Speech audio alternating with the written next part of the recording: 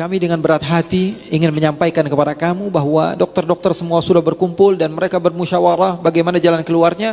Tidak ada jalan keluar kecuali dipotong kaki kamu. Kalau tidak, kami akan menangis karena ulama kami hilang. Ulama kami akan wafat. Ulama kami akan meninggalkan kami. Lebih baik dipotong, wahai Urwah. Saya akan ceritakan kepada kalian satu kisah yang menarik. Kisah seorang tabi'in, namanya Urwah ibnu Zubair. Siapa namanya? Urwah ibnu Zubair. Catat itu, ilmu itu dicatat. Urwah ibnu Zubair ibnu al-Awam. Ada papan tulis nggak? Papan tulis ada nggak? Ada. Sahabat Nabi ini, seorang tabi'in bernama Urwah ibnu Zubair ibnu al-Awam. Seorang tabi'in yang terkenal. Bahkan beliau adalah orang yang pertama kali menulis sejarah Rasulullah SAW. Jadi kalau kalian ditanya siapa penulis pertama kali sejarah baginda Rasul, beliau bernama Urwah ibnu Zubair ibnu al-Awam. Urwah bin Zubair bin Awam, anaknya sahabat yang bernama Zubair bin Awam. Mungkin kalian pernah dengar sahabat Nabi namanya siapa? Zubair bin Awam, termasuk 10 orang yang Rasulullah katakan termasuk daripada ahli syurga. 10 orang termasuk daripada ahli syurga. Rasulullah mengatakan Abu Bakar fil jannah, Umar fil jannah, Uthman fil jannah, Ali fil jannah. Rasulullah yang mengatakan Abu Bakar kamu di syurga, Umar kamu di syurga, Uthman kamu di syurga, Ali kamu di syurga, Sa'ad bin Abi Waqqas kamu di syurga, Sa'id bin Zaid kamu di syurga, Abdurrahman bin Auf kamu di syurga. 10 orang Rasulullah SAW sebutkan nama mereka. Hafal atau tidak ahli syurga? Hafal atau tidak? Striker Barcelona siapa namanya? Striker Real Madrid siapa namanya? 10 orang yang sudah jelas masuk surga versi Rasulullah SAW. Itu dalam satu majlis. Sebenarnya banyak. Rasulullah mengatakan Bilal bin Rabah sepatunya sudah terdengar di surga. Ada satu sahabat lagi namanya Ukasyah. Rasulullah mengatakan siapa yang mau saya doakan masuk surga? Sahabat mengatakan satu, saya Rasulullah. Anta fil jannah, kata Rasulullah. Saya Rasulullah, kata Rasulullah, kamu di surga. Lalu sebagian lagi mengatakan saya juga ya Rasulullah. Kata Rasulullah, sabaqaka biha Ukasyah, kamu sudah didahului Ukasyah. Rasulullah SAW banyak sekali ya, menyebutkan daripada beberapa sahabat Rasulullah SAW yang menempati surga. Adapun 10 orang itu di dalam satu majlis, dalam satu pertemuan Rasulullah SAW mengatakan bahwa si Fulan bin Fulan adalah ahli syurga. Siapa yang saya mau sebutkan tadi? Seorang tabi'in bernama siapa? Urwah bin Zubair. Urwah bin beliau ini adalah orang yang pertama kali menulis sejarah Nabi. Dan beliau adalah guru kepada para tabi'in. Beliau punya murid diantaranya Muhammad ibn Shihab Az-Zuhri. Siapa namanya? Al-Imam Az-Zuhri. Kalau kalian kenal ilmu hadis, kalian akan mendengar nama Al-Imam Zuhri. Kalau kalian mengenal ilmu hadis, hadis itu ada dua, ada namanya hadis riwayah, ada namanya hadis dirayah. Kedua-dua hadis tersebut adalah termasuk orang yang pertama kali menulisnya adalah Al-Imam Az-Zuhri atas perintah daripada Umar bin Abdul Aziz. Perintah daripada siapa? Amirul Mukminin Umar bin Abdullah. Di zaman Rasulullah emang enggak ada. Rasulullah ngelarang. Hadis Rasulullah ditulis di zaman Rasulullah SAW, Rasulullah larang. Karena apa? Takut ketuker antara Al-Quran sama hadis. Jadi hadis Rasulullah SAW ramai itu pada masa tabi'in. Urwah ibnu Zubair ini adalah orang yang pertama kali menulis sejarah Nabi Muhammad SAW. Kenapa kok dia bisa tahu banyak sejarah Nabi? Karena beliau banyak meriwayatkan hadis daripada siapa? Daripada Aisyah. Dari siapa? Siti Aisyah. Dan kenapa kok Sayyidatuna Aisyah banyak sekali hadisnya? Beliau termasuk wanita tapi paling banyak riwayat hadisnya karena hadis-hadisnya rata-rata diriwayatkan oleh Urwah yang memang termasuk orang yang pertama kali menyebarkan hadis. Paham atau tidak? Sekarang tahu kan? Kenapa kok hadis Siti Aisyah paling banyak bersama Imam sama siapa? Abu Hurairah. Kenapa? Karena Aisyah memiliki murid-murid yang kreatif. Paham enggak? apapun yang dikatakan gurunya dicatat, disebarkan, di-share. Tapi sehebat-hebatnya ilmu seseorang, tapi kalau medianya nggak keren, maka ilmunya nggak bakalan nyampe. Paham atau tidak? Tapi ilmu seseorang walaupun sedikit, tapi muridnya kreatif, medianya bagus, maka akan lebih menyebar dan lebih manfaat bagi umat. Begitu. Dan Sayyidatuna Aisyah, beliau banyak riwayat hadisnya. Kenapa? Karena beliau memiliki murid yang bernama Urwah. Kok cowok muridnya? Iya, karena Urwah ini punya ibu namanya Asma. Asma ini kakaknya Siti Aisyah. Asma ini kakaknya Siti Aisyah. Berarti Urwah apanya Siti Aisyah? Ponakan. Kalau ponakan bisa masuk rumahnya nggak? Bisa ngobrol nggak? Bisa nanya-nanya nggak? Mahram bukan? Mahram. Maka kenapa Urwah banyak meriwayatkan hadis Siti Aisyah, dan Siti Aisyah banyak sekali hadisnya diriwayatkan oleh orang? Karena Urwah adalah orang yang paling kreatif ataupun orang yang rajin di dalam apa? Meriwayatkan hadis Siti Aisyah. Asma, ibu kepada Urwah, ibu juga kepada Abdullah. Ada sahabat Nabi Abdullah bin Zubair, ini kakaknya Urwah. Dengar ya, Urwah punya kakak namanya Abdullah, sahabat Nabi. Urwahnya sahabat bukan? Bukan. Karena beliau adalah orang yang terlahir sementara Rasulullah SAW sudah tidak ada. Adapun kakaknya adalah orang yang pertama kali lahir di kota Madinah. Hijrah bersama Rasulullah SAW. Asma, kalian mungkin dengar ketika Rasulullah SAW hijrah bersama Sayyidina Abu Bakar. Asma adalah putri Sayyidina Abu Bakar yang membawakan makanan. Bayangkan ke Goa Thaur, pada saat itu Asma dalam keadaan hamil. Makanya dipuji oleh Rasulullah SAW dan doakan dengan doa-doa yang baik. Anaknya Abdullah ini hidup bersama Siti Aisyah. Saya kasih satu ilmu buat kalian. Kalau sebagian di antara kalian yang sering baca hadis Rasul, mungkin kalian akan dapatkan sebelum nama Siti Aisyah ada tulisan Ummu Abdillah. Baca Arba'in Nawawi, an Ummi Abdillah, diriwayatkan daripada ibunya Abdillah. Padahal Siti Aisyah nggak punya anak. Di dalam Muslim, an Ummi Abdillah, daripada ibunya Abdillah. Siapa? Aisyah binti Abi Bakar As-Siddiq. Ini jarang dijelaskan orang. Ummu Abdillah, siapa ibu Abdillah? Sayyidatuna Aisyah. Memangnya dia punya anak laki-laki? Enggak. Anaknya adalah keponakannya. Abdullah ini keponakannya, tapi sudah seperti anak sama Siti Aisyah. Makanya Rasulullah SAW memanggil Siti Aisyah dengan ibunya Abdullah. Kita tidak sedang membahas Abdullah, kita membahas siapa? Urwah. Berarti kalian tahu sekarang Urwah ini siapa? Keponakannya Siti Aisyah. Dia punya bapak namanya Az-Zubair bin Al-Awwam.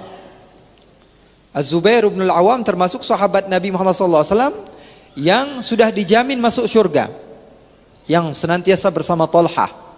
Ada namanya Talha bin Ubaidillah sama Zubair bin Awam. Kemana-mana berdua ini sahabat Nabi. Hawari Rasulullah SAW. Hawariyunnya Rasulullah SAW. Siapa namanya? Zubair bin Awam. Jadi ini orang hebat atau bukan ini? Urwah. Selain dia seorang tabi'in yang alim, dia punya ibu siapa? Kakaknya Siti Aisyah. Dia punya bapak siapa? Zubair bin Awam. Zubair bin Awam, kakeknya namanya Khuwailid. Terusin ya. Kakeknya namanya siapa? Khuwailid. Khuwailid ini punya anak selain Awam, dia punya anak juga namanya Khadijah. Khadijah binti Khuwailid. Khadijah binti siapanya Rasulullah ini? Istrinya Rasul sallallahu alaihi wasallam. Berarti Zubair apanya Khadijah? Keponakannya Khadijah. Jadi bapaknya keponakan Khadijah, anaknya keponakan Aisyah. Paham atau tidak? Paham atau tidak? Awam memiliki istri namanya Safiyah. Punya bapak namanya Abdul Muttalib. Abdul Muttalib punya anak juga namanya Abdul. Safiyah sama Abdullah punya anak namanya siapa? Abdullah sama Al-Awam punya anak namanya siapa? Az-Zubair. Berarti Az-Zubair ini apanya Rasulullah? Sepupunya Rasulullah. Kenapa? Karena dia putra kepada Safiyah, bibinya Rasulullah. Ini Abdullah punya anak Nabi Muhammad, Sementara Sofia punya anak Zubair. Paham atau tidak? Atau tambah puyeng? Pabalatak merenya. Hah? Pusing ya? Paham ya sekarang ya? Sofia sama Awam menikah. Punya anak siapa namanya? Zubair. Sofia itu adik-beradik sama Abdullah, Awam itu adik-beradik sama Siti Khadijah. Berarti Zubair adalah keponakan Siti Khadijah dan dia sekaligus adalah sepupu baginda Nabi besar Muhammad sallallahu alaihi wasallam. Zubair ini menikah dengan kakaknya Siti Aisyah, melahirkan seorang ulama tabi'in yang sangat terkenal yang bernama Urwah ibnu Zubair. Urwah bin Zubair ini harus kalian senantiasa ingat namanya. Ini karena ini orang hebatnya orang Islam ini. Siapa namanya? Urwah. Urwah bin Zubair ini orang hebat sekali dalam agama Islam. Beliau pertama kali menulis sejarah Nabi Muhammad SAW. Saya mau kasih kalian cerita, mungkin waktunya sudah mau habis juga ini. Ya, masih lama. Urwah ini pernah suatu waktu di zaman Bani Umayyah ada seorang pemimpin bernama Al-Walid ibni Abdul Malik. Seorang khalifah pada masa itu, namanya siapa? Al-Walid ibni Abdul Malik. Dia mendengar tentang seorang ulama yang hebat bernama Urwah, maka dia berniat untuk memberikan hadiah.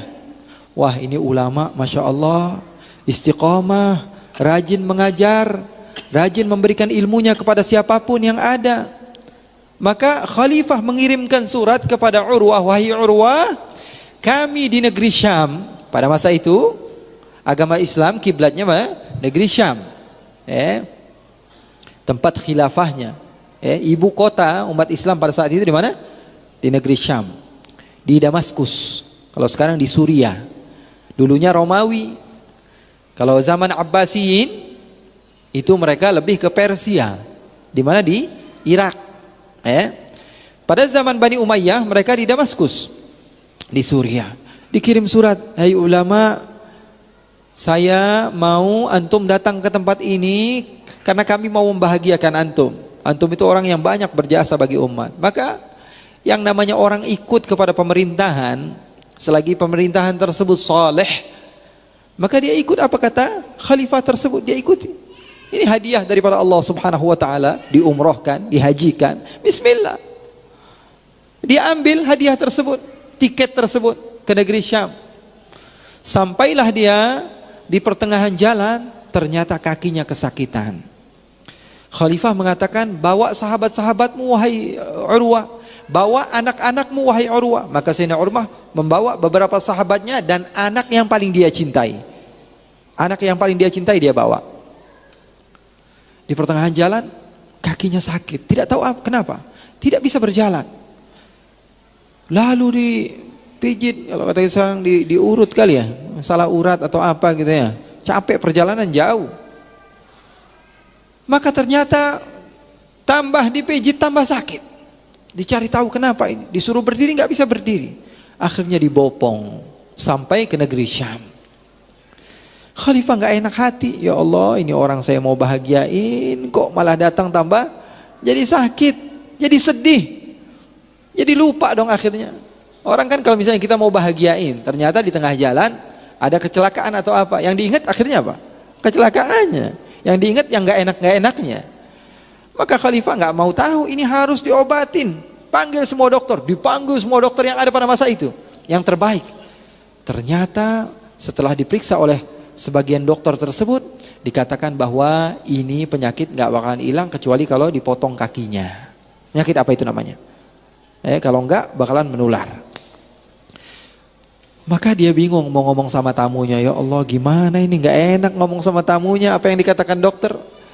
Tapi dia paksakan, ya sudah, wahai Urwah, kami dengan berat hati ingin menyampaikan kepada kamu bahwa dokter-dokter semua sudah berkumpul dan mereka bermusyawarah bagaimana jalan keluarnya. Tidak ada jalan keluar kecuali dipotong kaki kamu. Kalau tidak, kami akan menangis karena ulama kami hilang. Ulama kami akan wafat, ulama kami akan meninggalkan kami, lebih baik dipotong wahai Urwah. Kata Sayyidina Urwah, semuanya milik Allah, kaki saya milik Allah, tangan saya milik Allah, kepala saya milik Allah. Kalau memang Allah berkehendak, Allah Subhanahu wa ta'ala mampu mengambilnya. Jangankan kaki saya, nyawa saya Allah ambil, itu adalah haknya Allah Subhanahu wa ta'ala. Maka sebagian di antara mereka mengatakan, wahai Urwah, nanti malam ketika kamu waktu istirahat, saya akan berikan air sedikit. Air apa itu, kata Urwah?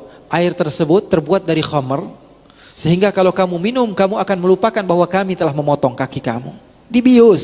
Dibiusnya dengan benda yang haram. Kata Urwah, saya tidak akan pernah mau hal tersebut. Walaupun nyawa saya diambil, lebih baik nyawa saya hilang dibanding saya minum sesuatu yang dimurkai oleh Allah. Maka sebagian lagi mengatakan, bagaimana jalan keluarnya kalau begitu? Apakah kami langsung potong? Kamu pasti akan kesakitan. Maka kata Urwah, nanti malam di saat manusia semuanya sudah sepi, saya akan sholat. Ketika saya sedang khusyuk di dalam sholat saya, kalian boleh tarik kaki saya dan potong kaki saya. Maka mereka mengikuti apa perintah Urwah. Beliau pun memulai takbirnya. Ketika itu beliau sudah berusia dan kitab-kitabnya sudah menyebar di mana-mana. Ilmunya sudah bermanfaat luar biasa. Sudah sepuh. Maka beliau pun memulai sholat. Ketika beliau sujud, lama sekali sujudnya. Para dokter tahu kalau ini kesempatan untuk memotong kakinya. Maka ditariklah kaki Urwah lalu dipotong. Dan Sayyidina Urwah tidak merasakan sedikit pun dan tidak membatalkan sholatnya. Karena hatinya sudah bersama Allah. Orang itu kalau lagi asik sama orang yang dia cintai, dia nggak ingat kanan, nggak ingat kiri, nggak ingat depan, nggak ingat belakang. Betul atau tidak? Kalau lagi asyik dengan sesuatu, lagi main game misalnya, ibunya manggil, bapaknya manggil, nggak kedengaran sudah. Ada telepon malah dimatiin teleponnya. Betul atau tidak? Udah nggak ingat sama yang begituan, lagi fokus sama satu hal. Sayyidina Urwah mengajarkan kepada kita kalau fokusnya beliau kepada Allah. Beliau pun meneruskan sholatnya. Selepas sholat beliau melihat darah yang banyak sehingga beliau pun pingsan. Pingsannya kapan? Setelah sadar. Selepas sholat baru beliau pingsan. Tidak bangun-bangun sampai pagi. Anaknya bermain-main di luar. Ketika sedang bermain, ternyata anaknya bermain sama kuda milik raja. Kudanya tersebut menendang kepala anaknya sehingga anaknya tersebut terjatuh, dan ketika dilihat ternyata anaknya sudah meninggal. Anak yang paling dicintai Sayyidina Urwah meninggal. Lagi main sama kudanya raja, meninggal anaknya. Bingung ini raja.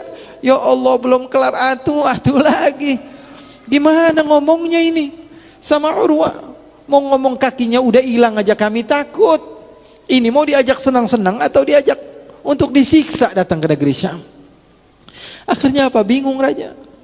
Setelah Sayyidina Urwah memakai tongkatnya, dia duduk. Raja tersebut mengatakan, azzamallahu ajrak. Semoga Allah subhanahu wa ta'ala melipat gandakan pahalamu, hai Urwah, dengan kesabaranmu yang luar biasa. Kakimu sudah hilang, dan saya ingin mengabarkan kepadamu satu kabar yang lebih menyakitkan. Apa itu, kata Urwah? Sesungguhnya anakmu telah tiada. Inna lillahi wa inna ilaihi raji'un. Beliau hanya mengatakan itu. Inna lillahi wa inna ilaihi raji'un. Ma a'zamak. Alangkah mulia engkau ya Allah. Alangkah dermawan engkau ya Allah. Engkau memberikan aku 7 anak, kau ambil 1 dan kau sisakan 6 untukku ya Allah. Hakmu semua ya Allah, akan tapi engkau memberikan aku jumlah yang lebih banyak daripada yang seharusnya aku dapat. Subhanallah, rahmaka ya Rabb. Alangkah banyak karuniamu kepada aku ya Rabb. Akhirnya raja pun melihat kebahagiaan Sayyidina Urwah ketika mendapatkan kebaikan, keburukan, dan dia tahu itu semuanya dari Allah. Maka dia dengan lapang dada. Datang seorang yang buta, duduk di samping Sayyidina Urwah. Sayyidina Urwah bertanya kepada Amirul Mukminin, ya Amirul Mukminin, siapa orang tua ini? Kata Amirul Mukminin, ini orang yang setiap sore kalau duduk sama saya bikin saya senang. Siapa dia? Nampaknya dia dari orang-orang yang miskin. Umumnya orang yang miskin ngomong dari dalam hati, gak dibuat-buat omongannya. Orang yang tidak memiliki apapun. Apa keutamaan dia? Kenapa wajahnya seperti ini? Kenapa dia bisa dekat dengan wahai Amirul Mukminin? Kata Amirul Mukminin, wahai Sayyidina Urwah, apakah boleh aku memberikan pertanyaan kepadanya? Kenapa dia bisa mendekat kepadaku dan dia bisa menjadi penasehat kepadaku? Maka kata Sayyidina Urwah, oke, tanyakan. Maka ditanyakan, wahai si buta, kamu ceritakan kepada Urwah apa yang kamu telah lalui daripada pedihnya kehidupan. Maka dia pun menceritakan, wahai Urwah, saya ini orang asli Syam, saya ini orang asli Romawi. Saya ini dulu termasuk donaturnya kerajaan. Bapak-bapaknya Al-Walid Ibni Abdul Malik. Harta saya banyak, tidak terhingga, sehingga saya adalah orang yang paling terpandang di tempat ini. Tapi di satu malam Allah subhanahu wa ta'ala berikan banjir yang begitu besar, sehingga jangankan harta saya, istri saya, anak saya diambil semua oleh banjir tersebut. Saya orang kaya raya, wahai Urwah. Tidak ada manusia satupun di tempat ini kecuali semuanya pernah mendapatkan kebaikan saya. Tapi Allah berkehendak di satu malam Allah turunkan banjir, sehingga semua harta saya, anak-anak saya semuanya telah habis. Semuanya telah meninggal, harta saya tidak tersisa sedikit pun kecuali 2. Anak saya yang masih berusia kurang dari 1 tahun, sama unta saya. 2 itu saja. Maka saya melihat anak saya melihat unta saya ambil anak saya letakkan di bawah pohon, kemudian saya ingin mengejar satu-satunya harta saya, yaitu unta. Ternyata unta tersebut menendang mata saya, sehingga mata saya tidak nampak, dan saya melihat anak saya dan saya tidak tahu bagaimana cara menyelamatkan anak saya. Ternyata anak saya sudah dimakan serigala. Mata saya hilang, anak saya hilang. Begitulah cara Allah mendidik saya. Sayyidina Urwah bertanya, lalu setelah kamu dapatkan kepedihan itu semua yang tidak saya dapatkan pada saat ini sekalipun, apa yang kau ucapkan? Maka orang tua tersebut mengajarkan kepada saya pribadi. Beliau mengatakan, alhamdulillah, segala puji bagi Allah, karena Allah memberikan kepada saya 2 hal. Lisanan dzakira wa qalban amira. Hati yang senantiasa bersyukur kepada Allah, dan lisan yang senantiasa berzikir kepada Allah. Itu harta di atas harta yang telah saya miliki. Oleh karena itu ikhwani, ini adalah apa yang disampaikan oleh Ustaz kita tadi juga. Apa yang saya sampaikan itu syarah kepada awal daripada surat Al-Fatihah yang berbunyi Alhamdulillahi Rabbil Alamin. Karena alhamd, pujian kepada Allah, berbeda dengan ats-tsana. Di dalam bahasa Arab, ats-tsana itu pujian kepada orang yang berbuat baik kepadamu. Tapi kalau alhamd adalah pujian kepada orang yang berbuat baik dan tidak berbuat baik kepadamu, maka diucapkan kepadanya alhamdu. Dan alhamdu menggunakan alif lam yang artinya listighraq. Artinya apa? Semua bentuk pujian hanya milik Allah subhanahu wa ta'ala, dan tidak ada siapapun yang dipuji atas kebaikan atau keburukan kecuali Allah subhanahu wa ta'ala. Yang baik datangnya dari Allah, yang buruk datangnya dari kita, dan segala sesuatu itu adalah ciptaan Allah. Akan tapi Allah senantiasa dipuji daripada hal yang menurut kita baik atau buruk sekalipun. Dan insyaAllah ini menjadi manfaat bagi kita semua. Amin ya rabbal alamin.